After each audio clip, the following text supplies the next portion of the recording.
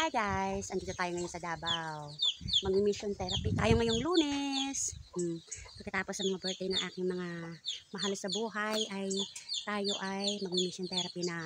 At para mapuntahan din natin yung mga gusto magpa-therapy dito sa Davao del Sur. PM lang ni guys. Andito ako hanggang October 2nd week. Kasi check ko pa kung kailan ako babiyahe ng Negros, Oriental at Cagayan de Oro. See you guys. Samahan niyo ako sa aking journey. Ito guys, nakasakay ako ng motor kasama si BBF pababa ng Toril. Kaya ito banding-banding moment namin. Kasama ko siya habang kami ay nagmamotor. Wala kaming helmet kasi wala pa kaming sariling motor. Pero okay lang kasi safe naman dito sa bukid. At malapit din lang ang aming mga pupuntahan. Nanghiram lang kami ng motor. Pero masaya rin ang sumakay sa motor kasama si BBF. Ito ang moment namin. Dumaan kami sa manggahan. Daming mangga rito. At marami ngayon nagha-harvest ng mga durian, mangustin, at iba't ibang klaseng prutas. Nagtsambahan ko guys. Nakita nyo ang aking BBF na nagmamotor, nakachinelas lang siya kasi yung farmers lang siya dito sa kanilang bukid. Unang tinerapi ko ay ang tiyahe ng aking BBF na si Tia niya. Nadulas ka? Oo, nadulas. Tapos, may fracture kayo? May... Ha? Ha? Iwan man ang doktor ang ako daw tubo, ako daw tubo ng anak daw. Nalihis ang buto? Ha? Nalihis ang buto mo? Murag utang ha. May x-ray ka? Sinilag ka duwa. Asan yung x-ray mo? Tuwag ko ka sa ospital. Hindi pinadala sa'yo? Dili, oy, kahit hindi man ko i-release kay operahanan pa man daw ko. Operahan ka? Dili man ko pa-opera kay tuan ka nang naalagi ko yung heart na ayun pa man ko din tulo ka bulan na usa ka bulan dito din naman ko kagwanta kay lisod paglibang layo ang kasilyas lisod pagpangingi. Di pampers ko. Di pampers ko na. Dili man ko kakalibang, di ko kapangingi. Lisod kay sa ospital jud. Ako una dili na lang ko kay naman kay mainian dool di ka na maglakaw layo. Oh, nya yung ko dok pwede mo uli na ko kay dili ko kagwanta dili kay tulo ka bulan sa mo ko. Pero gusto mo magpa-therapy? Gusto mo magpa-therapy? Si Mirian man diri pati yaw ba imo mag-therapy ta tiya pero nakapahilot na ko dai. Nagpahilot ka na? Anong ginawang hilot sa'yo? Bunturan gidala ni Sabil dire. Katulikan ko sa ospital, kakawat ako dire di ari ko atong taga Bunturan. Unya naman ko manghilot dire sa may Pampalano. Katong si Mauricio. Oh, hilot po ko niya. Dili pa madali-dali na maghintay-hintay lang kay sunod mo manhilot ang puto. Iba tiya ang therapy sa hilot tiya.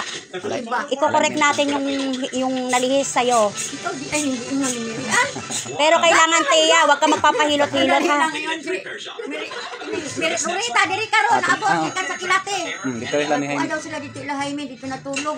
Ingon Wala siya kay kumato sa balay wa man. Busy kay gahapon. Kaya nani na ta si kuan sa kay ngani mo di. Burns. Burn na. Yung napula man lagi siya.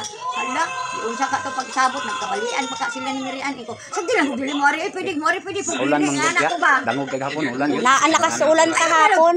Ay nalag-apura ha, pwede mo ari pwede mo pug dili. Ni-message niya ako kaganinang madaling araw, mga alauna ata yun, 2:00, nabasa ko. Tapos yun, sabi ko sige punta kami ngayon pag maganda panahon. Sige na itis ko ilang maruso. Kargahon pa kung Samuel day isulod sa pedikam. Pero pag itinerapi kayo, Nay, hindi kayo pwedeng magpahilot na. Kasi kailangan mag-healed. Ha? Kailangan mag-healed yan. Hanggat andito ako, mga 2nd week October, dito po ako. Pwede ka ma-therapy hanggang tatlong session. Muli sa doon sa Manila. May mission therapy pa po ako, Nay. Bali dito ako ng 3 weeks, tapos 1 week babiyahe po ako pa Roro, Bisaya, pa Manila. Pupunta pa ako ng Negros Oriental. Hala, karagang atuan din niyo dai mura ka ground. Kaya kailangan nag-aantay na din yung iba. Oo, diyan ka nahiga, Nay? Ready naman akong katiday taas kaayo. Nya isog karga sa kuha magkaon. Diri na lang ko kay akong TV pati mingawa. Sige, diyan ka ta. Yan ang masakit, tuhod. Kani bawa, kani sakit. Ako kang kanaon. Kani butang nga natin sa lumpan. Uy, Saka bulan dito nagpaayos sa iyang uban nga balatian. Tapos, Tulo ka bulan diri maana ko pa pauling na dito kay di na madalag pira kay ito na ko November ito. pero kaya mo yung dumapanay? Oo kaya dahil Kaya mong huminga ng malalim? dapa makupod nila sa tunang hilot. Pinapadapa ka na ng hihilot. Saan ka dinadala? Diha sa ilang bed ko naman sila higdaan nga bed. Dito, okay lang ba itong bed mo? Hindi ba yan parang maikli? Magduduktong tayo ng upuan. Kilang di dahil kilang diri man kong hilot atong babae. Sa nabunturan. Sige. Therapy tayo na ya, Yan, plastic na oh. Oh. Yan ang pagka wala ng oxygen, plastic na yung balat. Parehas siya. Tsaka wala na sa ayos yung mga litid mo na, pati yung buto. Tabingin na, paikot na. Kaya payat ka rin. Ito na yung naayos na. Ganito na siya kahaba. Ito yung hindi pa naayos. Ayan yung paa mo. Mahaba yung paa mo. Ito naayos na. Ang kabila diri ra. Ito, nahiwala yung yung hip bone mo at saka yung buto. Kaya, ganyan. Ito, ang laki ng Oh, itong pang to, mahaba na siya kasi naayos na yung alignment. Ito, parang ito maikli. Sabi ng doktor, operahan ka? Sa may ulit mawala yung mga sakit ko. Baka dili pwede. Huwag ka na magpa-opera, 80 ka na. Sa ulo na. Kasi hindi mo na makakaya ang operasyon. Tapos pagdating ng mahihirapan din ikaw dahil sa mga buto mo mahina na. Ito na po ngayong November. Nako, magpalakas ka na Bagsak tong butox mo. At saka huwag ka na magpahilot na ya. Ayusin natin to ha. Pagka nangatinay, huwag mong kakamutin. Kaya mo nang lumaki yung mga ng muscles mo, yung ng buto mo.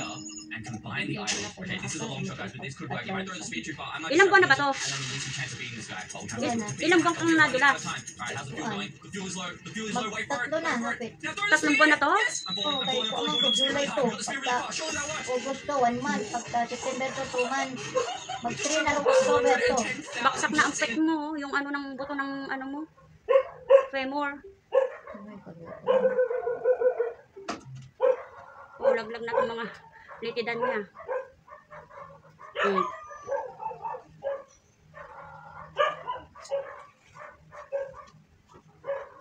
Nire-recover lang natin yung mga buto at saka yung mga ugat na ha. Relax po. Huwag mo kontrolin na sige, i-bend mo yung paa mong isa. Para i-check natin kung ano po yung masakit. Sige, i-bend mo. Sige lang. Baba. Sige, yung kabila. Ayan ang malakas, no? Yung kabila, may masakit pa. Kailangan po ito, ibababa natin ng unanta. Kasi parang nade-deform yung tuhod. Ganyan na lang. Sige. Dito na lang po, natin. Taas po yung paa. Straight, iurong mga to. Ganito tayo. Ayan. Ganyan. Kasi pagka may unan hanggang tuhod, nade-deform po. Pero kung pwede lang sanang maliit yung unan, sweet. Yung maliit. Ayan, yan. Alisin mo yun. Kasi parang malambot sobra. Pag ganun, kabila. Yung kabila. Yan. Yan. Sige, okay na yan. Yan. Kasi medyo malambot ang buto niyan. Dahil yung hip bone ay tumabingi at pumasok ang pelvic sa loob. Yung joint ay bumaksak. Pero ang paa mo, iyan, pagka nakaganyan, iyan ang paa mo. Konti na lang ang iklita, hindi na siya katulad kanina na talaga baksak na walang ayos. Ito na si Tia, maganda na siya ngayon. Sige. Ayan na nga si Tia, nakasento kay Ann. Nakita na niya.